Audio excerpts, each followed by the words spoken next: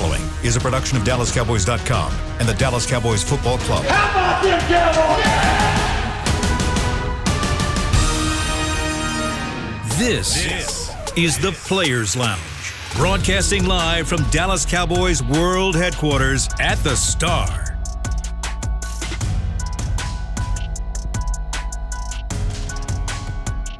All right, here we are, Players Lounge. It's a little delayed, but it's okay. We had a Mojo moment, but we're all good. We got our Mojo moment here. we lost that Mojo moment. That was definitely our Mojo moment for the week right there. All right, Players Lounge brought to you by Hotels.com. I'm Newy Scruggs, longtime Cowboys reporter, joined by two former Dallas Cowboys safeties, Barry Church and Danny McCray. And yes, we've got to hit up Hard Knocks as HBO's outstanding series made its debut with the Cowboys episode 1 last night on HBO.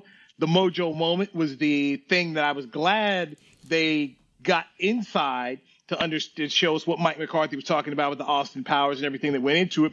Because while I was at camp in Oxnard, you heard it. You didn't kind of know what it was. He explained it a little bit, but it was better to see exactly how it all unfolded. So, gentlemen, right out of the gate, and I'm going to start with you, Danny McCray. What was your thoughts of the way Mike McCarthy was portrayed in Hard Knocks? Okay, I thought you were about to ask about the Mojo moment because not sure if it hit the way that he thought it was as I watched it. But listen, whatever you need to do to get your team hype and help them understand the situation that you're trying to put them in to make them better, whatever you got to do it. But I mean, this is what I said was going to happen to Coach McCarthy once he got on this TV show. It was going to show that he is not really doing much. Really, the only thing you could say that he did on that show was come up with the Mojo moment. Other than that, it showed that him and Dak might not be as cool as they should be right now. They showed the special teams coach having more of a personality with his players. They showed Jerry, and then the rest of it was the Dak and Zeke show. So. It just, hopefully in the next couple of weeks we see a little bit more of Big Mike, but that one, it really didn't show much. Yeah, to me, it kind of came off, the Mojo moment came off as, it's just kind of gimmicky, just a little gimmicky. I mean, we saw, last Hard Knocks when Gruden was up there talking about, knock if you hear me or knock on wood or something like that to all his players. So to me, that Mojo moment, it was kind of gimmicky. But real quick, Newy, let me ask you, when they go to this Mojo moment, this this little situational thing, is it like a stretch of 3 plays? Is it like a full series? Or are they doing like a 2-minute drill or a red zone drill or something like that? Like, how does each Mojo moment, break down on the field? Or is it just a one-off? Like, all right, it's Austin Powers time. It's Mojo, get your Mojo, whatever, ready. Let's go on this field for this one play. Like how does that break down as far as that Mojo moment, that sequence of events? Yeah, he'll tell you exactly the situation and how much time it is and where the ball is going to be. Okay. So you have to go through that. One of them that they showed last night was where the offense had to get, you have 18 seconds left or whatnot, but you had to get the ball in the end zone. And Garrett Gilbert couldn't get it done. Another Mojo moment, DiNucci ended up throwing one in the end zone, and CeeDee Lamb caught it, and the offense won. So they've been trying to have competitive situations throughout camp where the offense and defense are going back at it. And the defense has fared, to me, the defense when I was out there got the better of the offense overall. But there were a couple of these times in these Mojo moments, in these final seconds, that the offense ended up looking good. So that was kind of what you saw last night, that Gilbert couldn't get it done. But it's tough, and you guys know from a defensive standpoint, it's tough when let's say a Micah Parsons gets there or a defensive lineman gets there, but all of a sudden the quarterback can spin out and still throw a ball in the end zone and make a play. But yeah, it's a look, bull. He's trying to do something different. I used to hate when they used to do that with Romo. Man, we'd be a 2-minute drill. D. Ware get off the edge easily could have sacked the quarterback, but they didn't blow a whistle. And then Romo gets a little pass off, and then the offense celebrating. It's just to get their confidence up. But I'm like, man, that play should have been dead. That's the thing. That's the reason I hate 2-minute drills when you're doing camp and against the offense, because it's always catered into, we got to stop. It's over. It should be over, coaches. No. We still got time. We got time for another sequence. We got time for another. It's always catered to let the offense win. But overall, when it came to that Hard Knocks, Newy, Danny, to y'all, who in that first episode, besides McCarthy, who stuck out the most as a player when you were looking at? I know it was the Dak and the Zeke show, but did anybody else kind of stuck out to you when you were watching that Hard Knocks? I'd say, most of the other part of the show focused on Micah Parsons. Yeah. He's a high energy guy. You can tell that he really loves the game of football. He's kind of all over the place, kind of like most rookies are right now. Oh, yeah. So I can kind of understand the conversation that we had a few shows ago where they were saying we're going to tone it down a little bit. We're going to get you into one position and let you focus on playing football and playing fast, so you don't have to worry about should I hammer or should I spill, should I force them inside, should I force them outside. Just get out there and just play fast like you did. That made you the first round pick, which is interesting. I will say this, hold on, because this Mojo moment I can't let it die. Okay. No, I don't think many coaches, whatever, they may do it a different way, but nobody's reinventing the wheel, right? The Mojo moment church, what we know is gotta have it situation. All right, it's the same thing we used to do when JG was here, but I think his was more sporadic because you would have a gotta have it situation, 4 or 5 times a practice. Hey man, look, it's time for D Ware to go up against Tyron Smith. And you would see that day randomly, in and day out, just randomly. If we're going to stop everything, we want to see one-on-one gotta have it. Who is Dez going to go against as a cornerback, just to kind of build up that this is a competition. Yes. Everything is a competition, and we're here to compete. Right. So it's not reinventing the wheel. So, the fact that he came up with something to make it seem a little different, more power to him. It's just us as players, just how we looking at it, But if it works for him and his team, then that's great. Okay, Danny, let's just get straight to it. Thumbs up or thumbs down on the Mojo moment? The name, I thumbs down. I got to go thumbs down on the name, but I'm not in that locker room. They had a whole conversation about it. I do love Austin Powers. I just don't think it fits. The Mojo moment to me is if you got Mojo, that means you got some swag. It doesn't really translate into a swag moment. It's gotta have it. What are we gonna do? This is a situational moment. But if it sticks, it sticks. Well, let me ask both of y'all this question real quick. From what y'all saw from McCarthy, through the first episode of that Hard Knocks, do y'all think this guy can be a good motivator of men? I mean, I know, Garrett kind of got that label as he can't motivate his guys to go out there and win, and he has a stacked team, but, nobody wants to play for him. Do you see McCarthy being that great motivator, that guy that can get the most out of each and every player? Newy, Danny, anybody? Newy not going to answer that question. I'll start. Go ahead, Newy. I will start right here. I am not sold on Mike McCarthy. Okay, last year I got to see it. I'm just not sold. Now, Mike McCarthy is able to carry in something that most coaches in the National Football League cannot carry into a locker room, is a Super Bowl ring on his finger. Yeah. But my question with Mike McCarthy has been seriously this. Green Bay identified him as the problem with their organization. They fired him. They've gone 26-6 without him and played the NFC Championship game twice, and Aaron Rodgers won another MVP. So how much of it was Mike and how much of it is you've got number 12? Now, I thought he brought up a really good point on Hard Knocks. He says it takes 77 guys to win a Super Bowl. At least it did for him with Green Bay. And I remember even during that Super Bowl game, they were losing dudes. I think they lost Woodson during that game and Donald Driver. So Mike McCarthy, he had found a way to utilize several people. He had Ryan Grant, who was running really good that year. I remember him in some fantasy leagues where he was doing a real good job. They lost him. They went through a bunch of running backs. So Mike McCarthy has been able to build a championship team, but it's one of those things where, hey, look, somebody can have a good record, but can you continue to make good records? You got to hit song, but it's a whole lot of thing to be a hit artist. Can you be Stevie Wonder, who's been good year after year after year, decade after decade? Are you like Belichick, who's been good year after year? Tom Landry, same thing. Or was Mike McCarthy a guy who just had one great run in him, such as Rick Carlisle had with the Dallas Mavericks? That's been my question with Mike McCarthy. Right now, I can't sit up here and tell you that I'm sold on Mike McCarthy being the guy. In fact, I asked Jerry Jones that very question when I interviewed him the first Sunday at training camp. Do you have the right guy? Because I said the same thing. The Packers went 26-6 without this dude. So what am I supposed to say? And Jerry says he's sold. And he said he's not going to count last year. That's Jerry's whole thing. He's not counting last year. I'm sorry. Cowboy fans are counting last year. 6-10.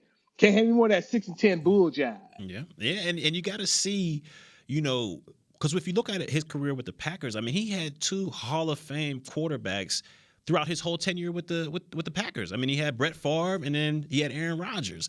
And he was able to amass 1 Super Bowl out of that. But you got to think, I mean, they say he's, this great play caller. He's an offensive mind. He's a genius out there. And we've yet to see that as well because he has Kellen Moore, calling all the shots out there. So I want to see this season, and we've got to see it this season, is what type of coach is McCarthy? Is he a coach that can motivate his teammate or can motivate his players, even the lesser players, to play, beyond their skill set? Can he be that type of coach? Or is he the type of coach that, hey, he's along for the ride? I mean, he has a loaded team right now with the Dallas Cowboys, and he has to simply manage them in the right direction. Do you think he can be that motivator, that manager of this team to get them to play to the peak of their abilities? I don't think we're going to have to see that from Mike McCarthy. Okay. I think you don't have that issue on offense because of the players that you have, and we know the type of leader that Dak is, and we know that everybody's going to follow him. They're going to follow Zeke.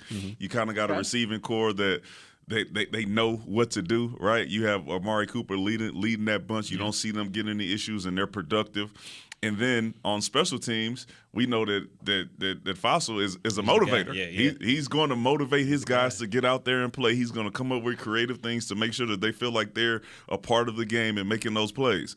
And I'm gonna call this man just like he called himself, my man DQ.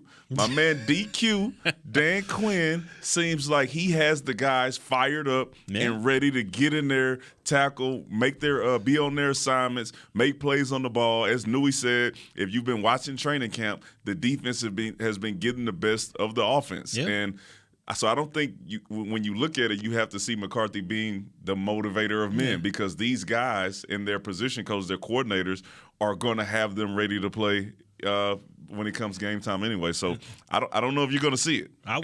Go ahead, D-Mac. Well, and the Super Bowl trophy, it's heavier than it looks. It's heavier than it looks. As he was just hoisting that thing up. But to your point, I love what you said about Dan Quinn because you see it in these practices. You see it while they were out there in Oxnard and even in the preseason game, that these guys, these players, these guys on the defensive side of the ball, they seem to believe in Quinn. They seem to believe in what he has going for him. You see these guys, they're fired up. There's not a lot of coverage busts out there. Now, I don't know if, he's implemented his whole defense yet or they're just dealing with the super basics right now, but you haven't seen any coverage busts out there. These guys are flying around to the ball, and one difference I've seen, I know it's early, I know we only got a short sample size, but from that Steelers game, you saw those guys swarm into the ball. There wasn't just, one guy trying to make all the plays or one guy tackling in an open field. There was 1, 2, 3, 4 different hats to the ball at a time.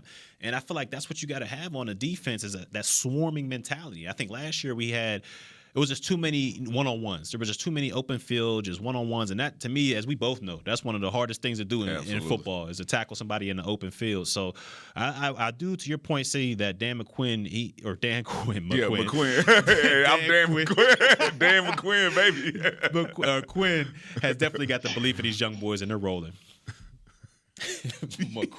All right. We got to take a break.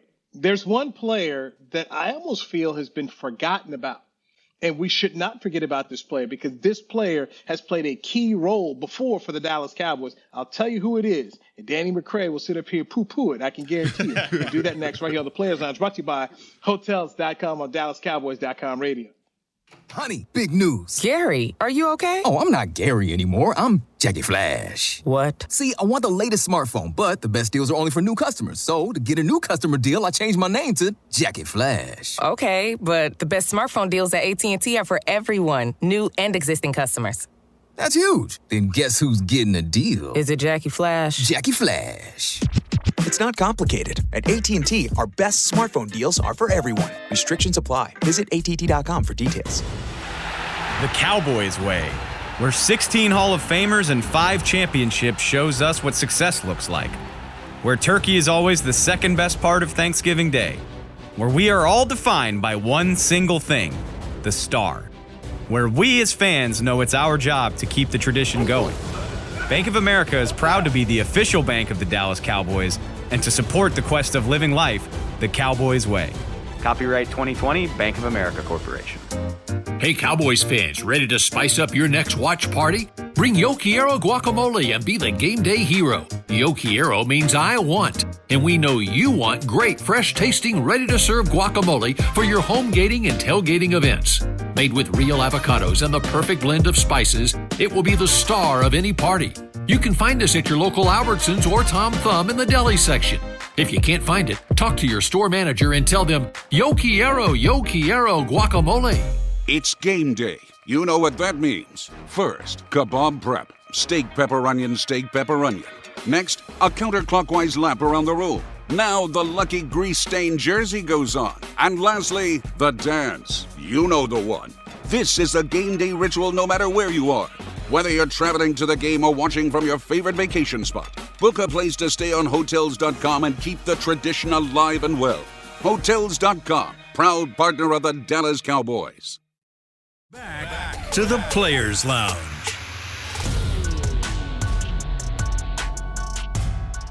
Hey, don't miss your chance to see the Cowboys at AT&T Stadium this season. A limited number of single-game standing room only tickets are on sale now. Get yours at DallasCowboys.com/tickets. You're in the Players Lounge.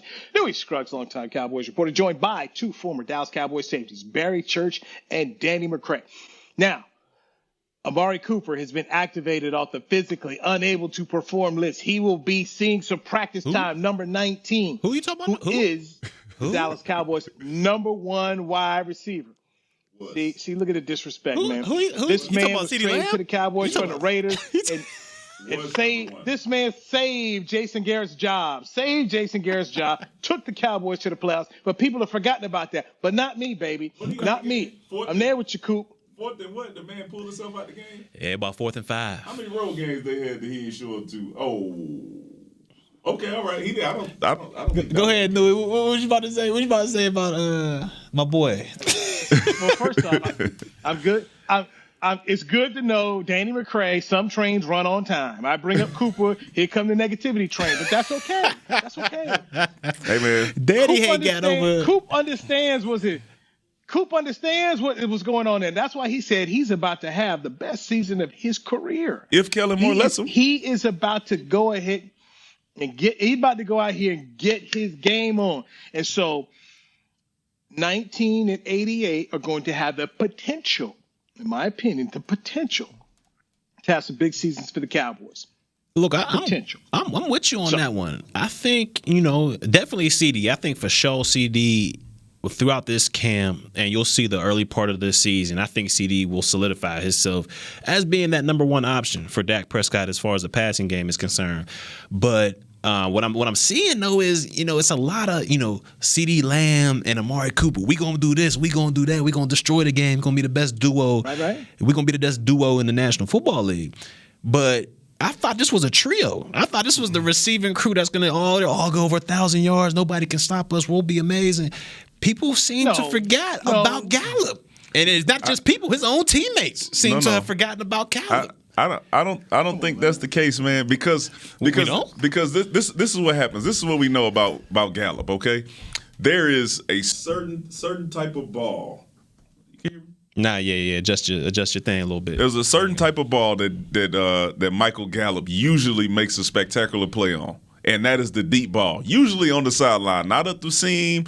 CD Lamb usually doesn't run those routes, and Amari Cooper usually isn't running those routes. When you need a deep ball, gotta have it, it's Michael Gallup. So you're saying he's a one-trick pony? No. I'm just saying he's not going to be forgotten about because we're going to be in situations where we need to have that deep, gotta have it pass, and Michael Gallup is going to be the guy to go make that play. Do you think this will affect the room overall though? Like if CD Lamb's getting first 5 games, CD Lamb's got 50 targets, Amari Cooper got 60 targets, and then you're sitting over there with Gallup in a contract year. I might add, in a contract year with 15 targets here and there. You don't think that'll affect the room? I think it'll affect the room. But I think that this is what makes Dak a great leader, and I don't think that he will allow that to become an issue. And I don't see Michael Gallup only getting 15, 20 catches while the rest of these guys are making those type of plays because we know defenses are going to figure out who they need to focus on, and then Michael Gallup will get more opportunities. He may not get talked about that way. He's just going to have to make those plays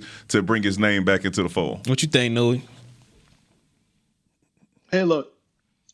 My weekend guy, Pat Doney, over at NBC5, called Michael Gallup elite. He said the Cowboys have 3 elite receivers. And my first thought is, look, I like Michael a lot. I think he's a fun guy to talk to, but there's no way in the world we can call Michael Gallup elite. Elite means that you are the best of the best. And here's a guy who's a number 3 target on his own team. And if we start talking about touches with Ezekiel Elliott, he's even further down the list because they've been running a whole lot of screen game here. So I expect to see Ezekiel Elliott heavily involved in the passing game. We've seen Blake Jarwin out there making some nice catches, and Dalton Schultz has been the guy that these backup quarterbacks have really relied upon. So I just don't know how much juice and how many balls are going to be out there for Michael Gallup. When you need a play, you just throw it to CeeDee Lamb and he's catching it. Amari Cooper is still a guy Dak Prescott trusts. And I think that matters, and I don't think we talk about that enough. 19 is a dude that he's been trusting with. So you take 19 and 88, 2 guys you can trust. You play 21 in the way you need to do and get him some touches here. I don't see how Gallup is really going to be able to get these balls that he wants to. When people talk about this guy's going to sign some deal next year for $13 to $14 million, and he's going to be a number 1 somewhere. How are you going to be a number 1 somewhere when you can't even get to really be a 2 if both guys are healthy in this offense? And you're probably the 4th or 5th option, depending on who you play and how this game plan is going. Yeah, and to me, it's going to come down to whether Gallup is the ultimate, team guy, whether he's, look, it's in a contract year. He has the opportunity to make that Dennis Schroeder before he gapped that up. He got an opportunity to make those big bucks. So, I had to throw that Schroeder in there. I had to do it. It was one of the biggest gaffes I think I've ever seen when it came to negotiating and making money. You pass up 84, you're left with 5. But anyways, Gallup, I think if he listens out to the media people, like if he listens to guys like us out here, I think it's gonna start getting to him, and I think it might affect the room. But hey, we'll see where it goes. Money changes minds a lot. I think he's gonna be fine. He's not a number 1 receiver. Definitely not a number 1. Not at this point in his career. He's not. If he makes some improvements and he's able to get some more balls thrown his way, he makes some more spectacular catches, then maybe. But I think he just needs to settle into the role that he's been playing. Yeah. CeeDee Lamb was a first-round pick last year. He came on the scene. He got a lot of looks. Yeah, he did. Amari Cooper is going to get a lot of looks, and Gallup is going to get the spectacular plays, and they're going to give him the opportunity to go down there and make those 30 and 40-yard catches. We'll see. We shall see. I'll give you an example. I'll give you an example of a great trio, and you guys may remember it. A guy named Jake Reed, who's a North Texas resident. Jake Reed played on some great Vikings teams with Randy Moss and Chris Carter. Jake was a really good football player, but he just wasn't those 2 guys. And obviously he's not those 2 guys because those 2 guys were Hall of Famers. I'm not calling Cooper, not calling Lamb Hall of Famers, but I believe that you're talking about guys who are a step above Michael Gallup. And I think Michael Gallup may be in a different offense someplace. Maybe he can become a 1, but I just don't see him getting 1,000 yards or having to be this big option like they're talking about here. 21 looks good, fellas. Okay. He really does look good. And the screen game I saw, if this offensive line is healthy and if they can get this screen game out there and then some of the routes they have him running, 21 is going to be something to deal with, okay? So that's where I just don't see Gallup getting his love. They put him on and cover the media guys, so that's nice. Yeah. They're trying. They're trying to make him feel good, but there's just too many mouths to feed if this offense is doing everything that we believe it can be and live up to. I mean, I'm telling you right now, Blake Jarwin looks nice. Yeah. He looks nice. And for some reason, there's no animosity or between he and Dalton Schultz at all. They're buddies. They're trying to push each other here. And Dalton Schultz is not trying to sit up here and just give this thing away to Blake Jarwin. He's looked good as too. So you're Kellen Moore, man. You've got options. We ain't even talked about Tony Pollard here, guys. Yeah. Not even talked about. This is true. So stop it, Newy. Stop it. He does not need too many options, okay? We already talked about we talked about this before Dak had the shoulder strain. Yeah. Go into these first games, run the ball, and then, let these other options feed off whatever Zeke does. He don't need too many things, too many people to focus on. Hey, man, let's get Jarwin. Let's make sure we take care of Schultz because he did do something for us last year. Yeah. Oh, yeah, we got to fit Tony Pollard in there somewhere. And also, don't let Michael Gallup get too upset, so make sure let's not do that, okay? You said 21 looks great. focus the offense around 21, ease Dak back into it, and Coop and CD will get their touches. And then, Michael Gallup, when we need that we got that 3rd and 20, toss the ball to my man Michael Gallup, man. Let him go out there and make a play. Look, I think we can all agree that it's a good problem for the Cowboys to have all these, options, and that, it's going to be hard for defenses to match up with them because they have so many mismatch nightmares out there. Tight end, wide receiver, running back, you call it. They got the mismatch for it. But I want to pivot a little bit, just a little bit right here, because Newy, you were there at practice. You were there when the Rams came to town. How did the big hog mollies up front, how did those giants in the trenches, how did they look out there against a vaunted Rams rush? I mean, you got Aaron Donald, you got Leonard Floyd out there. You got some guys that can get after the pass rush or can get after the quarterback. So to me, how did those big boys look once the Rams got into town? I saw that body slam too. Oh, I did see that. It was a great takedown on Aaron Donald. He had good form. But if you continue to look at it, Aaron Donald jumped on him real quick afterwards. And if his boys ain't hop in, I don't know. But, how did they look out there, Newy? How did they look? Okay, so Church, you're telling on yourself because clearly you didn't watch any of my reporting for NBC5. I want you to explain to the audience. I was at the Pro Football Hall of Fame in Canton, Ohio on Saturday and Sunday for the speeches, so I didn't see it. Oh, so you weren't up there. Okay. Did see. So here's what I did see, though, and this was absolutely the craziest thing and why Jerry Jones is truly the man.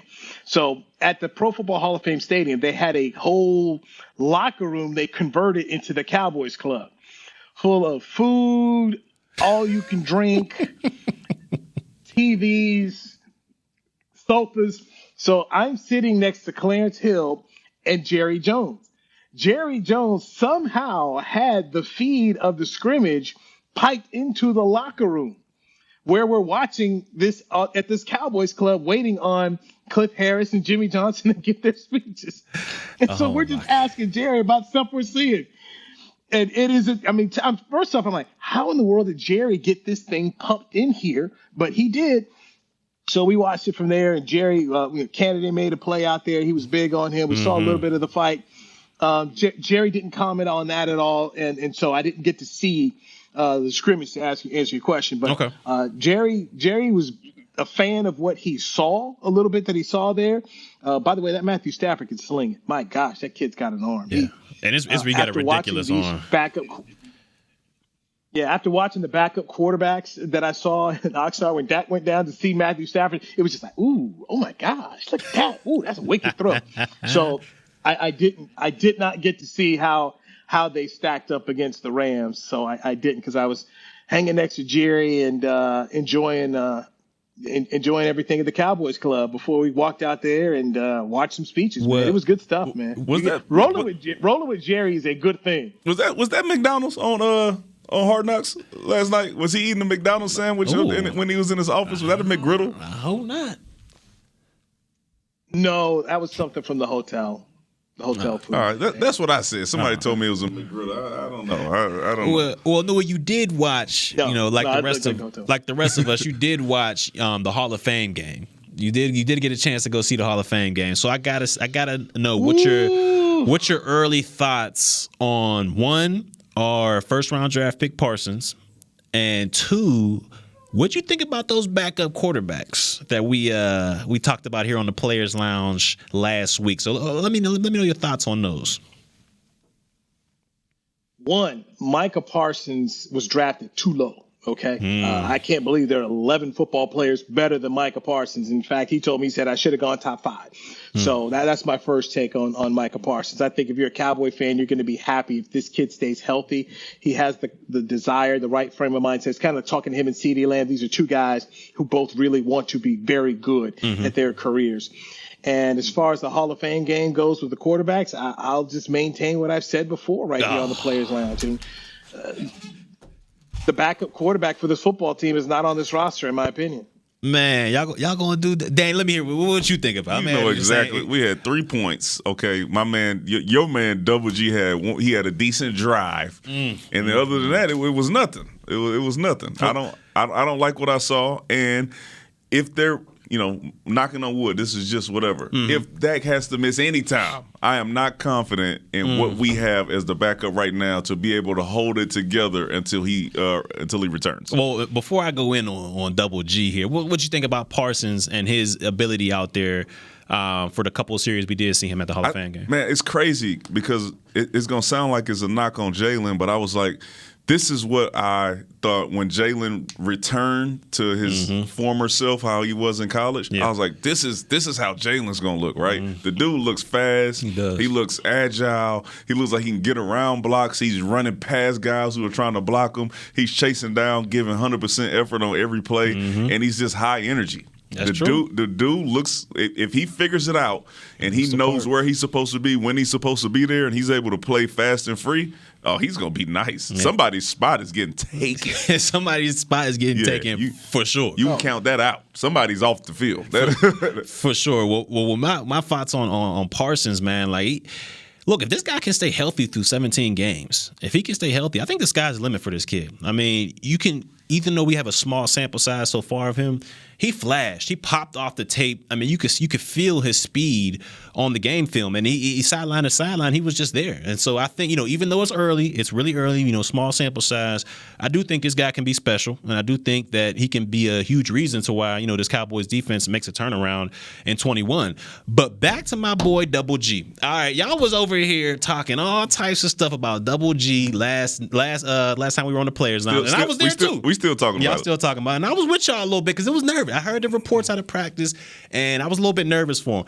But like I said, man, this guy is a gamer, all right? Some guys show up to practice, and they practice well. Some guys come up to the game, and they just play well in the game. And I think Double G is one of those gamers. I mean, we saw what he was able to do against the Steelers, the undefeated Steelers at the time. And look, I mean, that's all we got right now of Double G is the Steelers and in this preseason game. And y'all can't tell me through this preseason game, Newy, Danny, y'all can't tell me Double G didn't look like he had some pocket presence back there. He was putting the ball where only his receivers could catch it, and he was letting them run with it afterwards. I said he had a decent drive. He had a decent he was drive. Out there for more than one drive. It was the Hall of Fame game. Yes, he had a decent drive. And he was playing with who he could play with. Yeah. The guy was out there. Well, I mean, if he's our backup quarterback, then he should have been looking great. If he looks like that behind that offensive line, just imagine Zach Martin, Tyron Smith, La'el Collins, Zeke in the backfield. That's what me. The three receiver. That's what me and Newy telling you, bro. We don't want to imagine that. I'm with you on that. I'd rather have Dak tenfold. I'm with you. But if it were to happen, Double G can do his thing back there. He is a gamer. Hey, Newy, I remember when Dak was having his contract talks. My man Church was over here, kind of putting it out there that Double G might be able to step in if Dak was. And then he went down to Justin Fields. But you knew Double G. You had some real confidence in Double G, just like you had in DiNucci before you saw him. Did y'all see DiNucci? I know y'all saw DiNucci out there. But he ain't even getting brought up on the show right now. Double G, though, he is a gamer. I'm telling you, this guy's a gamer. I'm not saying he's not a gamer. We just saying Newy, like I agree with Newy. Our backup quarterback, who we need to depend on if something goes wrong, is not on the roster, and that includes Double G. Man, what you think, Newy? What you think? Yeah. DiNucci's getting cut. Yes. So I'm going to let you know that right now. Yes. He's going to get cut. And maybe they bring him back on the practice squad. At this point in time, unless Cooper Rush turns it around, he'll get cut too. And I think they'll keep two quarterbacks. They'll keep Dak and they'll keep Garrett Gilbert, and Will McCray will be out there looking. But that's just how I see, just based off one preseason game and what I've seen so far. So we'll see. Look, I'm sorry, man. I know you like Garrett Gilbert. He's a nice guy. Okay? He's a nice guy. He's a nice young man. But I'm sorry, man. I'm sorry. I mean, but to quote the great Bill Parcells, all I can go by is what I see. I saw 3 points at the Hall of Fame. That's what I saw. I was falling asleep in the fourth quarter. Okay, I was falling asleep in the press box in the fourth quarter. I'm like, wake. Is there some coffee here? Because this is a super snoozer. Hey, we got to take another break. When we come back, I want you guys to tell me what I saw. Okay, what I saw between Dan Quinn, Mike McCarthy, and a player.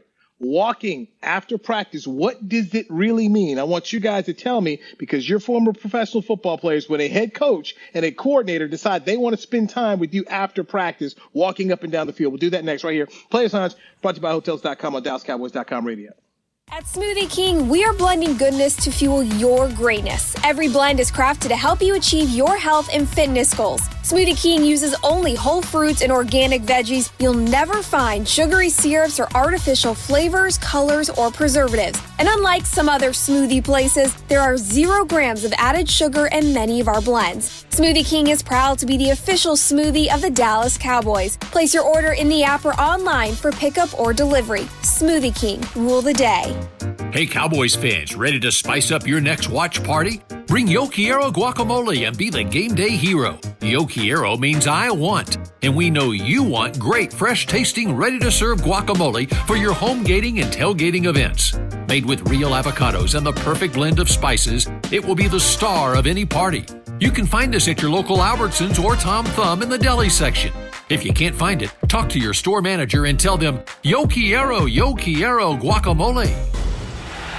The Cowboys way, where 16 Hall of Famers and 5 championships shows us what success looks like. Where turkey is always the second best part of Thanksgiving Day. Where we are all defined by one single thing, the star. Where we as fans know it's our job to keep the tradition going. Bank of America is proud to be the official bank of the Dallas Cowboys and to support the quest of living life the Cowboys way. Copyright 2020, Bank of America Corporation. Hi, I'm Clint Tillison with United Ag and Turf. Before you can park yourself in front of the game, park yourself in a John Deere and power through your chores. Our Land Run package is a 1025R, 25 horsepower tractor with a loader, rotary cutter, and a box blade for $229 a month. And the price you see is the price you'll pay, no surprises. So don't miss another kickoff. Visit UnitedAgAndTurf.com. Offer ends February 1st, 2021. Restrictions apply. See dealer for details. Now let's get to work.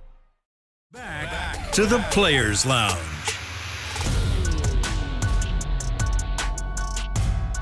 All right, Newy Scruggs here, and 2 former Dallas Cowboys safeties, Barry Church, Danny McCray right here. We are the Players Lounge, brought to you by Hotels.com. Get the ultimate fan experience for the ultimate Cowboys fan. Join Dallas Cowboys United, presented by Globe Life for just $20.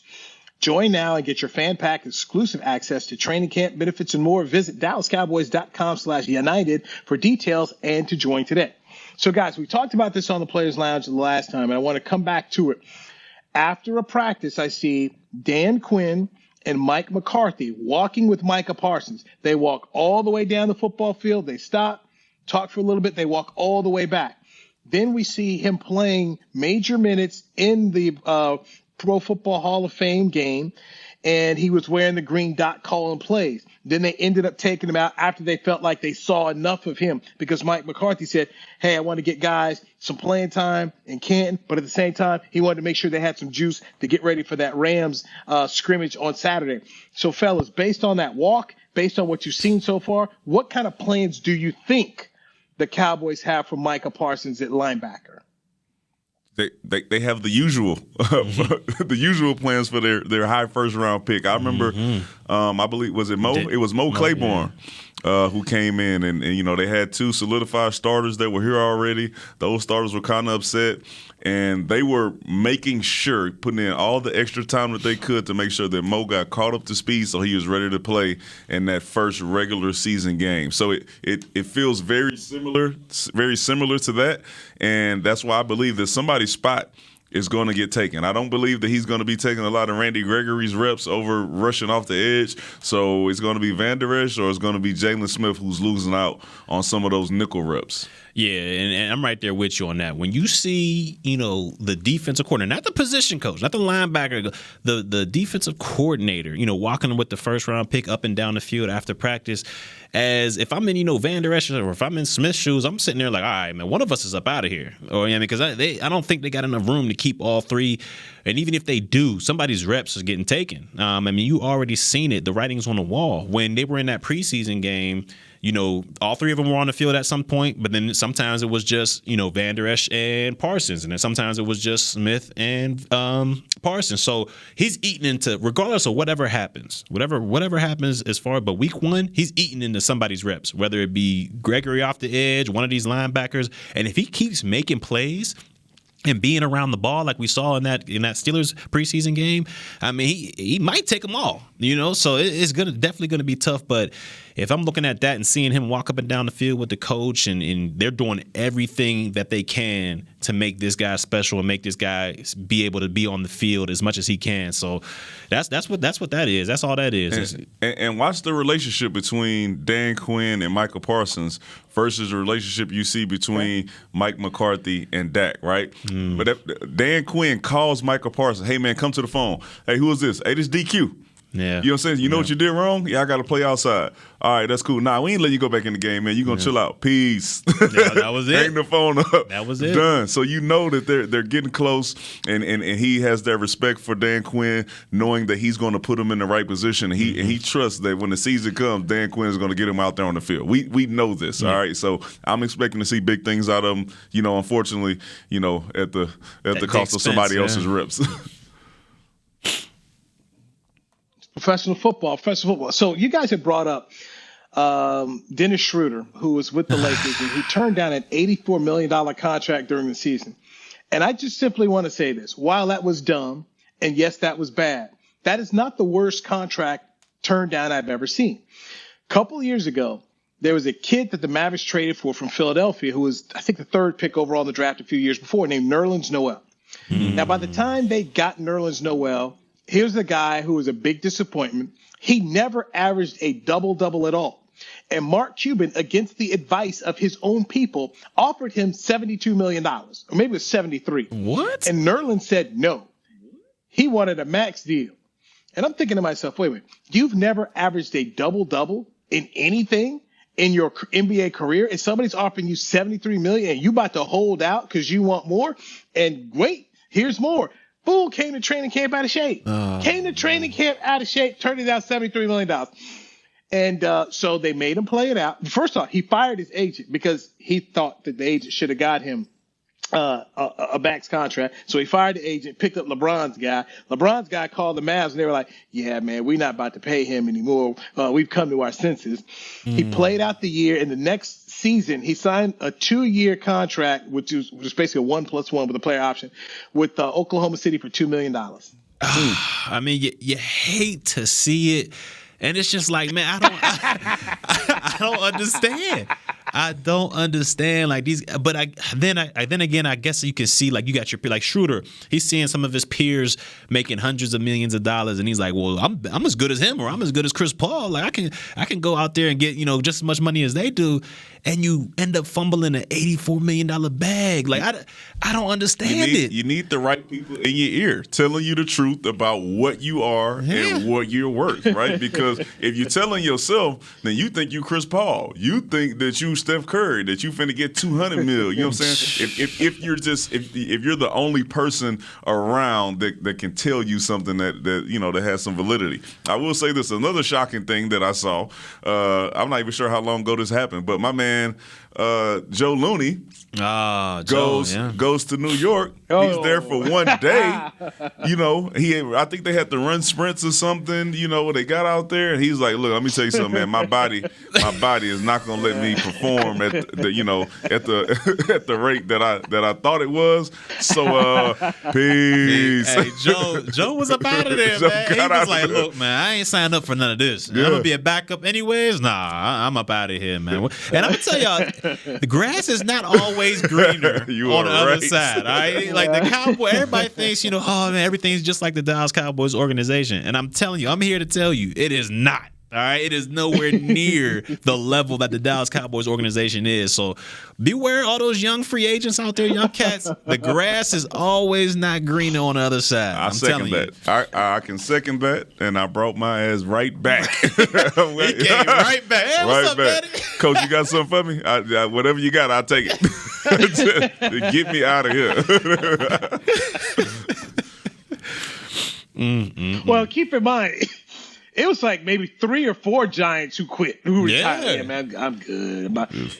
Not about this life, man. Not about this life. So that's kind of funny because apparently they still have yet to give out the number 73 with the Cowboys. So maybe Joe could unretire, or I don't know, make some type of trade or something. But anyway, it was hilarious to see that the Giants and Joe Judge out here running guys off, and who knows what kind of year they're going to have because. Well, let me ask y'all a question real quick. What makes y'all think, or what do y'all think makes these players, these veteran players, you're already in the camp. You already did OTAs, mini camp. You're in the training camp right now. Okay. What makes you think, what makes those players think, all right, well, I'm going to wait all the way until the last minute to retire? Like, you don't think they have these thoughts, in OTAs and mini camp? Like, I wonder what, goes through their thoughts to where at training camp, they're just like, you know what? It's over. Yeah, I don't know why Joe would do that, because I know that him and JG would have had to have some type of conversation to get him to come in. And my thing is, no matter who it is, JG or not, I'm just like, hey, man, you agreed to this as a man to say, hey, this is what I want to do. I'm going to come in, and this is what I agree to for one day. Yeah. One day, I can see you having a bad season. Like my boy, was it Vontae? My man say, hey, man, I ain't going back out at the halftime. I'm staying in the locker room, But he went through the season and he was having whatever thoughts or whatever. My man, Joe was there for 24 hours. Yeah. It wasn't like he was there, through all OTAs, mini camp, and then how I got that long break before camp. He was with his family. He was like, you know what? I just can't do it. No, he was just there for one day. Like, just don't come, bro. Yeah, I don't understand that at all, man. At all. All right, here's my thought, and this is just my thought, that Jason convinced him. He'd been talking to him, and then convinced him, and he went up there. And he got a taste of it and said, nah, I'm going to go right on back here to Grapevine, Texas, and live the rest of my life. I'm good. I don't need this. And I remember talking to Bart Scott once.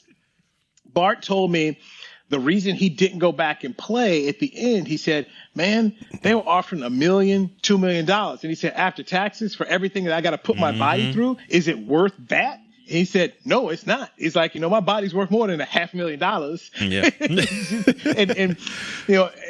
and then or $1 million when you consider just everything else. And he talked about, I have to move to a different place.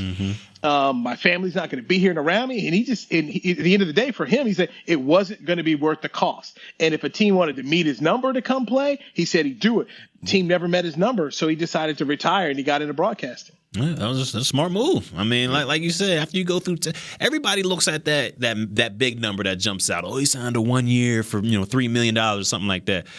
After taxes, depending on where you're playing at, let's just say you're playing in New York, man, after the taxes and, after you got to pay taxes in each place you play in and agent fees and all that, price, cost of living and all that stuff, it dwindles extremely fast. So, I definitely can believe when these older guys move on at the last couple years of their career and they start thinking, is it worth... they say $3 million, but it's really going to be around 1.5, 1.1. Is it really worth putting my body, through 6 months of hell for that and leaving my family? Because a lot of these cats got, kids and kids starting school, and you're missing out a lot of that. So I guess that also has to go into it with these veteran guys. But I always never understood, why go in at the last minute and then just retire right before the season. Never understood it for me. Well, I also go into this, and you guys know it well because now you both have children. Is when you're away from your family, all the things that you put on your wife to handle. Yeah, that's true. And if you've got small kids, that's a lot. And you're someplace you really don't want to be. And if you're doing, and like Barry, you had secured a bag. So if you secured a bag, then that's where you decide to say, man, is it really worth it? And that's where Bart was. Bart had secured a bag from the Jets. Yep. So it was kind of that thing of, man, I don't have to do it for this. And I don't know about you, Barry, but for a guy like Bart, he thought about, hey, how many more hits am I putting on my body, and how many of those hits could result into some longer term damage for my health and safety? And he just felt for that money, it wasn't worth it. And maybe you felt the same way when you decided to. Yeah, I'm right there with Bart on that one. I had offers from Seattle, offers from Washington once I was done with the Jacksonville. But when you start thinking about it and, you got to move, like you said, you got to move and after taxes and all that stuff. And then your body's talking to you as well. I mean, there's days I get out of bed and for no reason, my toes are hurting, my ankles are hurting. I'm like, man, what? And then you get to the practice facility and you're like, how am I going to get through this practice? Like, my body is hurting. And and it talks to you after a while, and then that's when a lot of guys, say, you know what, the money ain't even worth it. I'm gonna go ahead and call it a career. And then there's some guys that go ahead and keep playing, and then next thing you know, those guys, as they get older, they have health problems. So definitely got to look out for your body. That's the number one thing when you're doing this NFL thing as a career, man. It's definitely a tough career. Hey, that's the Players Lounge. We appreciate everybody being patient with us as we had our mojo moment for a few moments, trying to make this thing go. But we got it done. We got it done. Thanks to everybody here at DallasCowboys.com behind the scenes and making sure this thing works for us. Danny, Barry, let's do it again here. Everybody else, keep on watching all the great podcasts right here at DallasCowboys.com radio. Take care. This has been a production of DallasCowboys.com and the Dallas Cowboys Football Club. How about this, Cowboys? Yeah!